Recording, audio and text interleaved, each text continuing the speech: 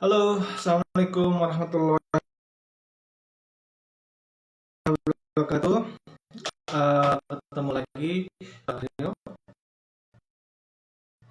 uh, di channel Java. Perkenalkan dulu sebelumnya, saya adalah Hayo, seorang owner dari Java.id dan Java ID di bawah kalian. Dan juga menaungi cukup banyak ini materi kita tentang uh, tetap tentang self development ya, karena ini penting sekali untuk kita gimana caranya agar bisa terus berjalan menuju tujuan kita gitu. Kenapa perbaikan diri itu penting?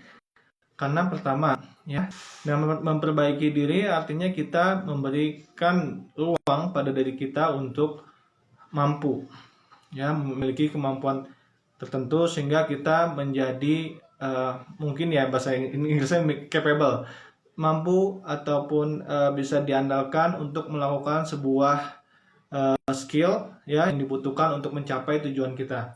Yang kedua, kenapa materi pengembangan diri itu penting? Yang kedua, kita harus memberikan ruang ya kepada diri kita untuk bertumbuh. Maksudnya apa? Maksudnya gini, katakanlah sebuah wadah air ya. Kalau misalnya ini adalah gelas ya, mungkin itu hanya berfungsi atau berguna untuk kita minum.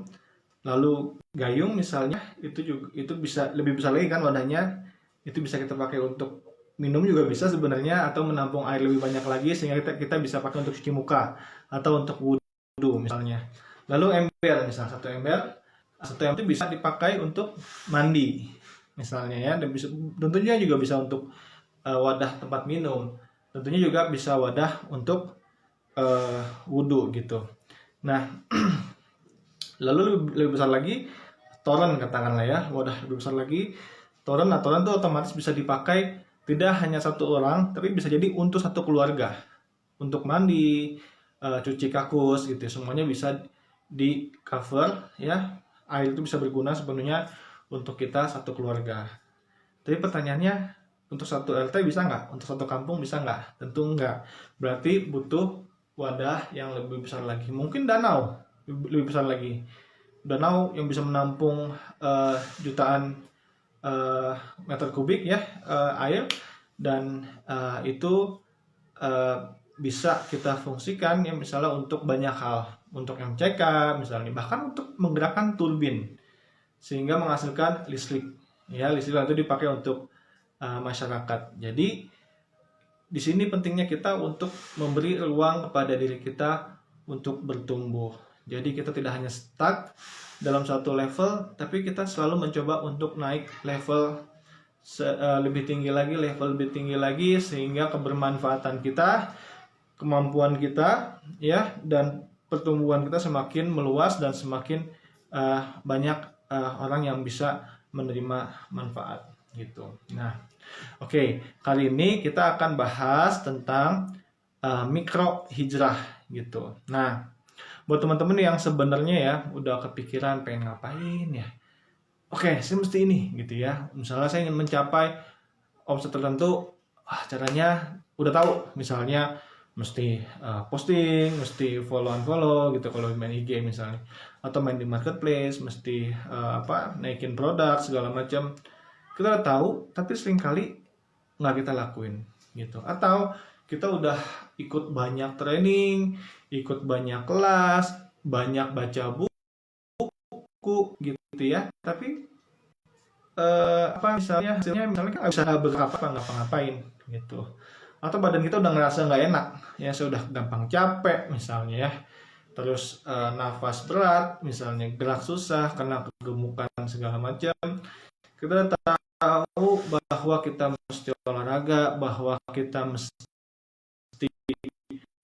membatasi di dalam konteks menjaga pola makan dan banyak sedikitnya sudah, tapi kita untuk melakukan hal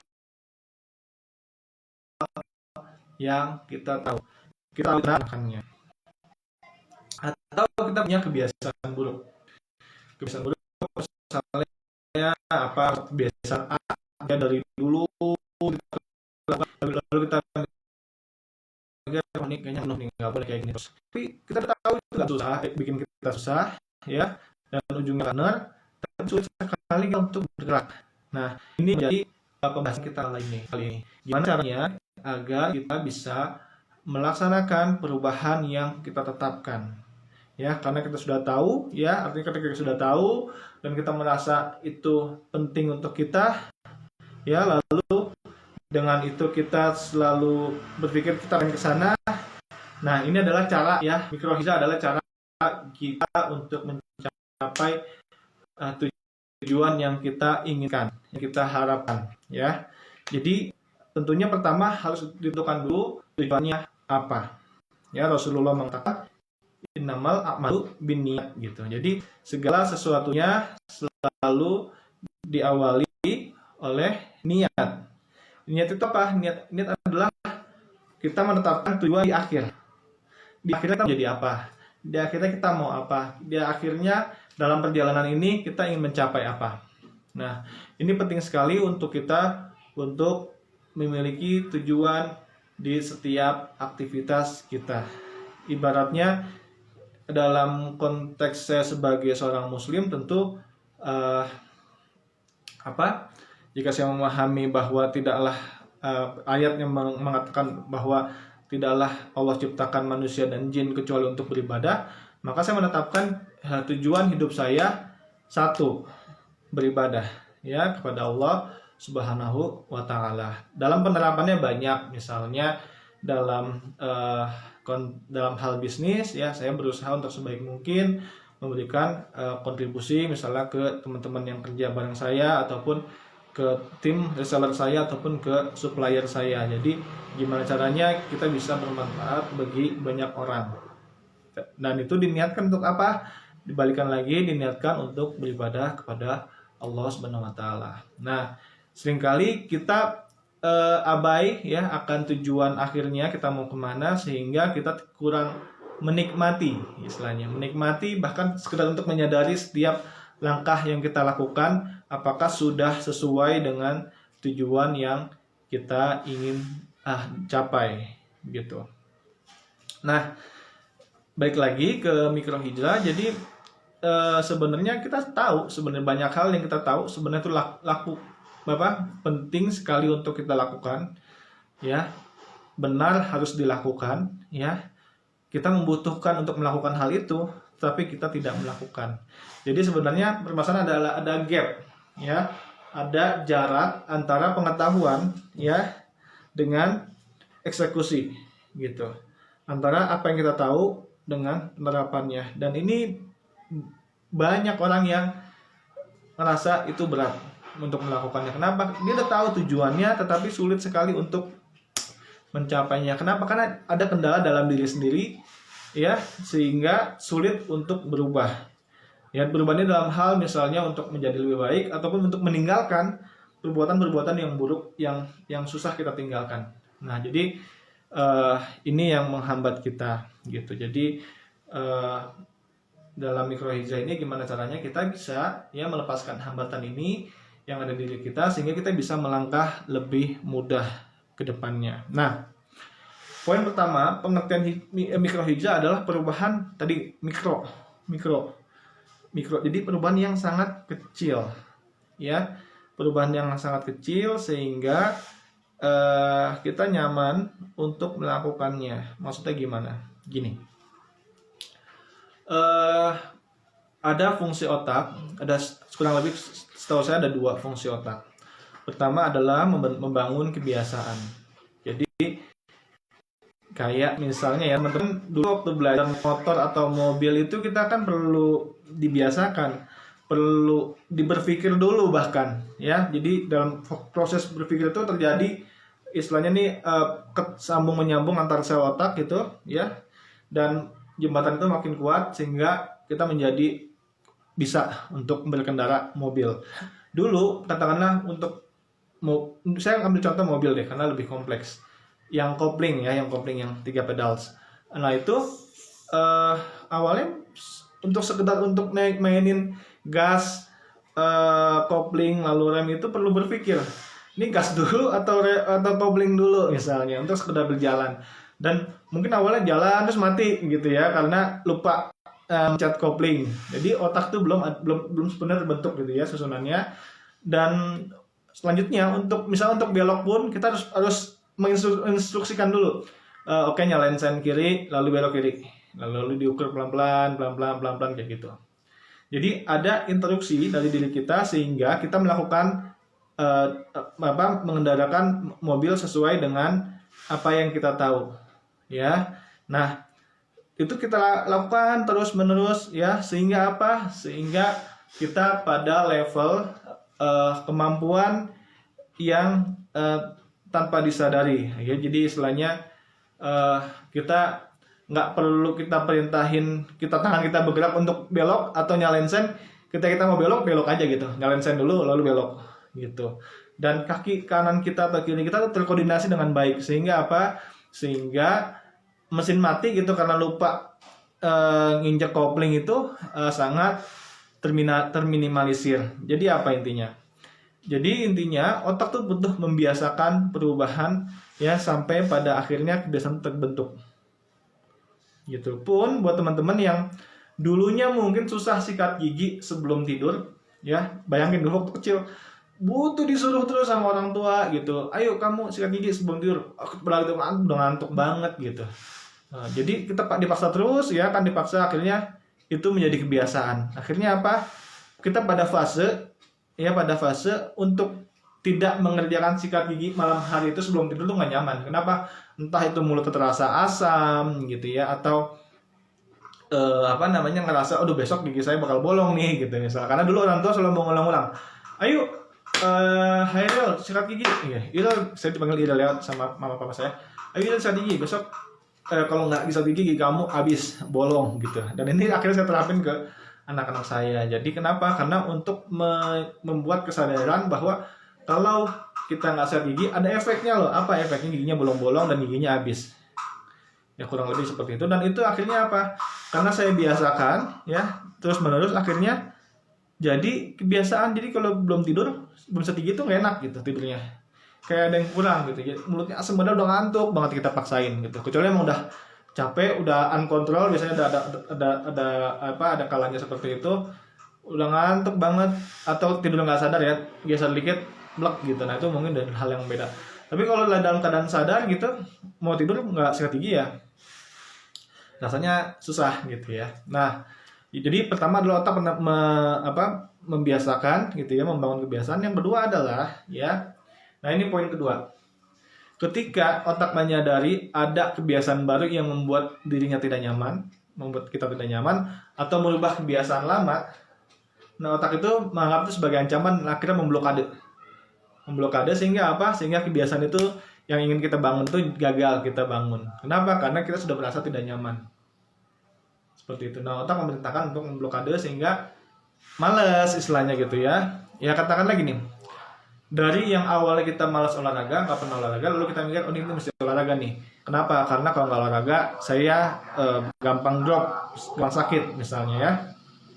Lalu kita tetapkan mesti olahraga, dan ketika olahraga katakanlah cuma 30 menit gitu ya, pengen setiap hari, itu bakal susah dilakukan. Kenapa? Karena kita memulai sesuatu ya dari yang biasanya mungkin pagi kita cuman kita ketik gitu, atau pagi ada yang mager misalnya ya, lalu kita dipaksa untuk bangun lari pagi gitu. Nah maka otak tuh memerintahkan, wah ini kebiasaan yang menyalahi kebiasaan yang dulu. Akhirnya akhirnya di blokade, akhirnya ya mager lagi. Mungkin bisa dilakukan sebulan, 2 bulan, atau cuma seminggu gitu loh. Setelah itu ketika gagal untuk dipaksakan menjadi kebiasaan lagi, maka sulit. Nah oleh karena itu bisa dikatakan sebenarnya kebiasaan yang lama tuh nggak bisa dihilangin sebenarnya. Yang bisa dilakukan adalah kita menumpuk lagi dengan jaringan saraf yang baru, sehingga itu bisa ditutupi dengan kebiasaan yang baru seperti itu. Itu yang saya dapat dari guru saya, Mas Darmawan Haji ya, Coach Darmawan Haji. Jadi perlu waktu, perlu perjuangan untuk membangun kebiasaan sehingga kita bisa mencapai tujuan kita, ya. Ingat bahwa orang-orang besar itu bukan orang-orang yang langsung jadi gitu. Mereka juga berjuang, mengeluarkan effortnya untuk membiasakan sesuatu aktivitas yang dia tahu itu berdampak pada ujungnya. Katakanlah jika dia seorang misalnya siapa ya, katakanlah sales mobil misalnya. Sales mobil jika ingin mencapai sales tertentu, dia tahu ya, mungkin sebelum online, bahwa dia harus melakukan telepon gitu ya, telemarketing lalu mengundang si calon customer, ataupun dia drive in, jadi dari keluar kantor lalu mencari customer lalu dibawa ke kantor gitu ya, drive in, ataupun nanti dia mau menghubungi kembali customernya untuk meminta referensi. Itulah sebuah kebiasaan sehingga dia bisa mencapai target sales yang perusahaan lakukan. Pun yang saya tahu juga seperti katakanlah kita tahu bersama ya, bahwa penemu bola pijar Thomas Alva Edison pun juga melakukan kebiasaan untuk melakukan eksperimen sehingga kita bisa menikmati lampu yang hari ini gitu ya, khususnya lampu pijar gitu. Jadi, dan itu dibangun atas apa? Mungkin bisa jadi dia membiasakan kegagalan, karena dia memahami bahwa kegagalannya itu adalah bagian dari kesuksesan. Dia berhasil memahami itu, karena tidak banyak orang yang memahami kegagalan sebagai bagian dari kesuksesan. Ya, bisa jadi orang tuh gagal itu ya memaknai sebuah kegagalan. Artinya apa? Dia mesti berbalik badan lalu ya meninggalkan tujuan itu. Nah, buat orang-orang yang menjadikan gagal sebagai kebiasaan, bisa jadi ya dia lebih tough gitu, karena buat dia ya nggak apa-apa gagal, saya bisa mencari cara baru gitu ya. Saya bisa, gagal itu adalah feedback sebenarnya kata dia, atau kata orang yang berhasil ya. Feedback artinya gagal itu berevaluasi kita bahwa langkah yang kita lakukan kemarin itu kurang baik dan kita perbaiki lagi, atau bisa jadi kita perlu langkah yang lain seperti itu. Nah jadi kebiasaan ini harus dibangun terus. Pada akhirnya kebiasaan lama kita yang menghalangi tujuan kita itu teralihkan ataupun tertutupi gitu ya, sehingga kita bisa melakukan perubahan-perubahan untuk diri kita sendiri. Nah pertanyaannya, apa hubungannya dengan mikrohijrah? Nah, mikrohijrah adalah perubahan kecil yang kita lakukan. Kenapa? Agar otak terbiasa, agar otak itu nyaman ya untuk melakukan hal tersebut secara bertahap ya. Lalu jalan terus gitu ya, jalan terus sehingga apa? Pada akhirnya otak ini menandai sebagai kebiasaan yang baru, sehingga jaringan antar saraf ini ibaratnya ini tersambung dengan baik, dan akhirnya menjadi sebuah kebiasaan yang kita butuhkan untuk mencapai tujuan kita. Sesederhana itu ya. Jadi setelah kita memiliki tujuan besar kita potong lagi kecil-kecil ke dalam tujuan yang lebih kecil lagi gitu. Harapannya apa? Itu akan memudahkan kita untuk mencapainya. Lalu sampai kita mendapatkan aktivitas termudah ya, yang berdampak besar terhadap tujuan kita, dan itu kita bisa biasakan untuk dilakukan. Nah, dengan begitu harapannya apa? Dengan begitu harapannya kita bisa bisa melakukan perubahan dengan nyaman. Ya, kurang lebih seperti itu. Nah, dengan hal ini tentunya ketika kita bisa membangun kebiasaan yang terus-menerus ya, pada akhirnya perubahan itu bisa dilakukan dengan smooth dan nyaman. Katakanlah begini. Kita menyadari bahwa olahraga itu penting untuk tubuh kita, untuk kebugaran kita, juga untuk misalnya untuk daya tahan tubuh kita, atau ya sekedar untuk mendapatkan tampilan yang lebih baik misalnya. Nah, kita bisa memulai misalnya dengan 1 kali push up 1 hari per hari. Lakukan itu sehingga otak kita nyaman untuk melakukan itu di jam yang sama. Katakanlah jam 7 pagi pakai 1 gitu ya. Atau yang gampang 1 kali loncat misalnya. gitu ya.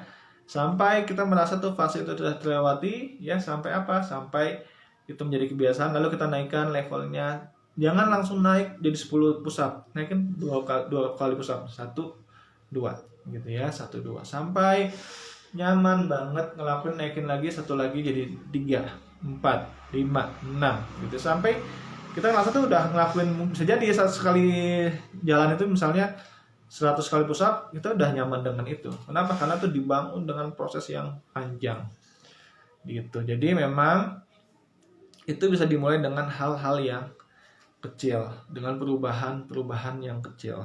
Pun dalam bisnis, katakanlah kita dalam menargetkan sales, bisa jadi nggak perlu langsung misalnya naik, ya mungkin untuk berapa mungkin perlu misalnya dari kita dari 100 juta pengen 1 miliar misalnya ya, itu angka yang jauh gapnya sehingga kita merasa tidak nyaman. Coba naikin dulu, misalnya dari 100 juta per hari naikin 1 juta misalnya ya. Misalnya dari 100 juta dibagi 30, katakanlah seharinya sekitar omsetnya berarti sekitar 3 juta, 3,3 misalnya ya. Naikin coba per harinya 100 ribu, dari 3,3 naikin 3,4, usahain lagi naik 3,5 gitu, 3,5. Jadi pecah lagi per hari lalu naikin, atau lebih kecil lagi dari 3,3 naikin 3,3 50 ribu gitu, 3,3 70 ribu, 3,3 100 ribu, perlahan-lahan. Nah itu akan lebih nyaman lagi kita untuk ini, untuk istilahnya untuk mengejar target tersebut gitu. Pun kalau misalnya kita ingin misalnya untuk melakukan perbaikan diri, misalnya kita ingin ibadah dengan baik misalnya ya, kita netapin pengen sholat lail gitu ya, lalu kita bangun ya, mungkin kita bisa mulai dari yang kecil dulu, dari 2 rakaat dulu gitu ya, terus lalu witirnya gitu 1 rakaat gitu ya, atau 2 rakaat jadi witirnya 3 gitu ya. Itu kecil dulu, lakukan dengan rutin sampai kita sudah biasa bangun jam tersebut, jam 3 katakanlah, lalu melakukan salat lail tersebut, qiyamul lail gitu ya. Lalu dengan itu secara bertahap ya, kita naikin dari 2, naikin ke 4, naikin ke 6, lalu naikin ke 8 ya. Jadi dengan begitu sehingga membentuk kebiasaan yang baru untuk mencapai tujuan kita. Pun kalau misalnya kita ingin, katakanlah ingin tadarus ya, tadarus gitu, atau sekedar tilawah, kalau papa saya bilang dulu, yaudah kamu kalau berat 1 ayat aja sehari gitu. Nanti kalau udah 1 ayat, kalau udah siap lagi naikin lagi jadi 1 halaman. Dari 1 halaman nanti kalau udah siap lagi baru naikin jadi 1 lembar. Jadi jangan langsung menargetkan langsung gede, sehari 1 juz misalnya ya. Mungkin beberapa orang yang terbiasa ya oke. Tapi buat orang-orang yang baru start, untuk memulai kebiasaan langsung dipaksa 1 juz, itu rada berat. Nah ini menarik, di bulan Ramadan ini kita diminta sebenarnya sama Allah tuh untuk membangun kebiasaan. Pertama apa? Kebiasaan fisiologis. Fisiologis apa? Tentunya dengan puasa. Kita mengosongkan perut kita ya, atau lambung kita selama hampir, kalau di Indonesia ya sekitar 12 jam lah ya gitu ya. Sekitar 12 jam, di jam 6 sampai jam, mungkin 18 jam, jam 4 lah kan, jam 5. 13 sampai 14 jam lah. Nah itu dibangun kebiasaan itu selama 30 hari untuk berpuasa gitu ya. Di sisi lain juga kita juga diminta untuk beribadah selama sebaik mungkin ya, selama bulan Ramadan gitu. Jadi kita punya membangun kebiasaan apa? Ini kesempatan kita untuk membangun kebiasaan, misalnya kebiasaan sedekah subuh misalnya, atau membangun kebiasaan sholat duha, membangun kebiasaan sholat rawatib misalnya. Jadi, dan itu boleh dimulai dari yang dikit-dikit, misalnya saat duhanya 2 rakaat dulu misalnya. Sehingga apa? Sehingga otak kita nyaman, lalu kita melakukan itu selama 30 hari, lalu akhirnya menjadi sebuah kebiasaan yang kita tinggalkan itu ngerasa rugi, ngerasa ada yang kurang gitu. Nah, konsep mikro hijrah itu sesederhana itu. Jadi kita membangun sebuah perubahan dengan perubahan yang cukup yang kecil tapi fokus, dan itu diusahakan untuk istiqomah dilakukan terus menerus, lalu pada harapannya juga berdampak. Pun juga kalau kita punya tujuan untuk jauh dari maksiat ya, Simple, tundukkan pandangan. Kita bangun kebiasaan kalau kita tergoda sesuatu, tundukkan pandangan. Kalau kita scrolling nggak ya kita susah ya kalau sekarang buka IG tiba-tiba ada yang begitu gitu ya misalnya, atau nonton YouTube lebih lebih kita bisa milih. Kalau buka explore kan udah kemana-mana tuh. Tapi kalau ya interest kita tertentu misalnya tentang arkeologi, tentang hewan, biasanya juga nih muncul tentang itu sih. Misalnya kalau teman-teman buka karena ada kebutuhan bisnis fashion, mesti ngebuka fashion di luar sana, dan kita tahu sendiri ya budayanya beda gitu dan nilainya juga beda, lebih terbuka, bisa jadi tuh gak berat untuk kita untuk menjaga pandangan. Ya bisa jadi ya apa yang dilakukan ya beberapa hal kita perlu skip gitu, karena kalau itu dibiasakan bisa jadi ini jadi kebiasaan baru ya, latihan begitu terus akhirnya menjadi batu gitu loh hati kita, dan akhirnya kita menganggap itu sebagai hal yang biasa, dan bisa jadi ya kenikmatan Allah itu dicabut di situ. Jadi ketika kita memandang istri kita atau pasangan kita udah nggak ada rasanya, nggak ada lagi. Kenapa? Kita menyaksikan itu tiap hari gitu di layar telepon kita atau telepon kita. Nah itu jadi baiknya ada beberapa hal yang dijauhi juga sih sebenarnya gitu. Nah seperti itu. Nah juga kalau misalnya kita punya kebiasaan, katakanlah kebiasaan buruk merokok misalnya ya, itu berat untuk ditinggalkan, ya mungkin dikurangi misalnya dari satu bungkus coba dikurangin, satu bungkus 12 batang ya setahu saya, lalu dikurangin jadi 11 batang gitu ya, sisain satu gitu, lalu besoknya targetin gitu, sisain 2, terus ya sebulannya lagi sisain 3, 4 sampai enggak masih full gitu ya, dan kita nggak ini ya kita kasih gitu. Dan sebenarnya perlu bangun kebiasaan yang baru sih. Kalau misalnya dengan melakukan tarik nafas rasa nikmat, terus kita ngerasa ide-ide kita pada datang semua gitu ya, sehingga ngerasa lebih cerdas gitu katanya sih gitu ya, lebih bukan cerdas, lebih kreatif gitu ya. Mungkin kita ambil nafasnya aja, karena bisa jadi karena kalau nafas itu yang perubahan fisiologis sehingga kita ngerasa lebih gampang untuk keluar idenya gitu, bukan karena rokoknya gitu. Nah jadi perlu dibangun kebiasaan secara bertahap yang membuat kita nyaman dan tidak ekstrim perubahannya, sehingga itu memudahkan kita untuk mencapai tujuan kita. Idenya sesederhana itu. Nah, kalau kita mendapati hambatan, gimana caranya? Nah, sederhana. Caranya adalah ya ada 3 sumber daya yang kita bisa manfaatkan. Pertama adalah sumber daya diri kita dari masa lalu. Maksudnya apa? Ya coba kita bayangkan di masa lalu di mana kita melakukan hal yang sama dan itu berhasil. Kita bayangkan gitu ya, dulu saya pernah bisa ini nih, ternyata saya bisa ya. Oke, saya bayangkan kenapa saya lalu membayangkan pada saat itu ya, itu bisanya kenapa sih dulu gitu misalnya.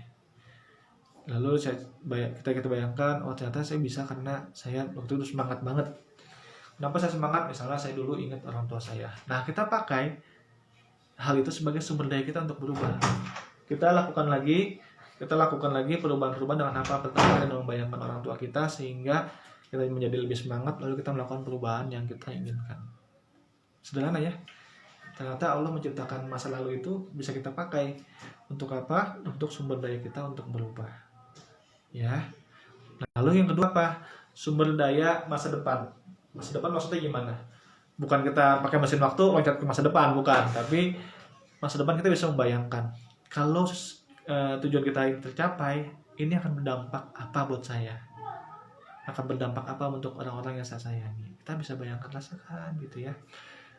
Oh berarti ini misalnya ya berarti ini kalau bisnis saya sukses, saya bisa menghajikan orang tua saya, dan itu buat saya bahagia banget misalnya. Kalau saya sukses, saya bisa nutupin utang saya, itu membuat saya lega banget. Nah kita bisa membayangkan itu, yang membayangkan ketika lagi kurang semangat, kita bayangkan wah kayaknya enak nih kalau utang lunas semuanya ya, harus semangat gitu misalnya. Ayo misalnya, nah itu kita langsung semangat ayo misalnya, lalu kita bergerak gitu. Nah kayak itu nggak dapat juga. Nah pakai sumber daya yang ketiga, itu orang lain. Itu dari mana? Misalnya kita bisa cari orang yang berhasil di bidang yang kita ingin capai. Katakanlah kita ingin berhasil di bidang digital marketing, misalnya kita tahu misalnya ada Kang Dewa Eka Prayoga gitu, atau ada Mas Denny Santoso misalnya, atau ada kayak seperti Cici Kristinali katakanlah gitu ya. Nah itu kita bisa menjadikan mereka semangat, wah mereka juga bisa, saya juga bisa. Lalu cari mereka tuh cara berpikirnya kayak gimana sih sehingga bisa berhasil, kebiasaan apa sih yang mereka bangun gitu ya, gimana sih cara mereka untuk bergaul gitu, dan teman-temannya seperti apa sih gitu ya. Lalu niat terdalam dia apa untuk melakukan itu misalnya, cari tahu, lalu kita coba terapkan di diri kita gitu. Dan buat saya sebenarnya sekarang tuh udah banyak banget gitu, udah banyak banget sumber ininya. Artinya orang-orang yang kita biasanya ya kita idolakan itu dalam hal sesuai bidangnya itu bukan idolakan, mungkin jadi panutan gitu ya. Biasanya mereka juga aktif di sosial media sih. Nah kita bisa mengamati kebiasaan mereka, cara berpikir mereka dengan apa yang mereka posting, apa yang mereka sampaikan. Ya kurang lebih seperti itu. Nah, lalu apa yang perlu kita lakukan? Mungkin kita juga perlu mengamati ya dari beberapa aktivitas yang diperlukan itu mana yang paling mudah dulu untuk dilakukan, pertama. Yang kedua adalah mana yang paling berdampak. Dua standar atau dua kriteria, mana yang paling mudah, yang kedua adalah mana yang paling berdampak. Cukup menemukan satu aktivitas yang memiliki dua kriteria ini, insya Allah hasilnya bisa lebih baik lagi. Ya, kurang lebih itu. Semoga membantu teman-teman untuk mencapai tujuan yang teman-teman harapkan ya. Doa saya untuk teman-teman semoga disehatkan, dimudahkan sama Allah, dilancarkan di segala urusannya, dan pada akhirnya mendapatkan kematian husnul khotimah yang dalam keadaan baik, dan Allah ridho dengan kita. Harapannya kita bisa kumpul semuanya di surganya Allah Subhanahu wa taala. Karena ini penting sekali kita buat seorang muslim untuk memiliki tujuan ya hidup setelah kematian. Maksudnya apa? Kita harus tahu, harus menetapkan ketika kita meninggal hidup setelah kematian kita kayak gimana. Setelah kita meninggal itu kita pengen kayak gimana kehidupan kita. Karena itu yang abadi. Ya mungkin kalau hidup ini ya dulu kita masih ngerasa masih kecil, masih sekolah SD ya, suka kabur misalnya, dulu suka kabur, suka bolos, atau emang suka rajin banget ngerjain tugas segala macam. Tiba-tiba hari ini kita punya anak SD, punya anak yang sudah SD. Jadi kehidupan itu sebenarnya sangat cepat, dan hidup cuma sekali, sementara akhirat itu selamanya. Ya, semoga bermanfaat. Bila taufiq wal hidayah. Assalamualaikum warahmatullahi wabarakatuh. Terima kasih teman-teman.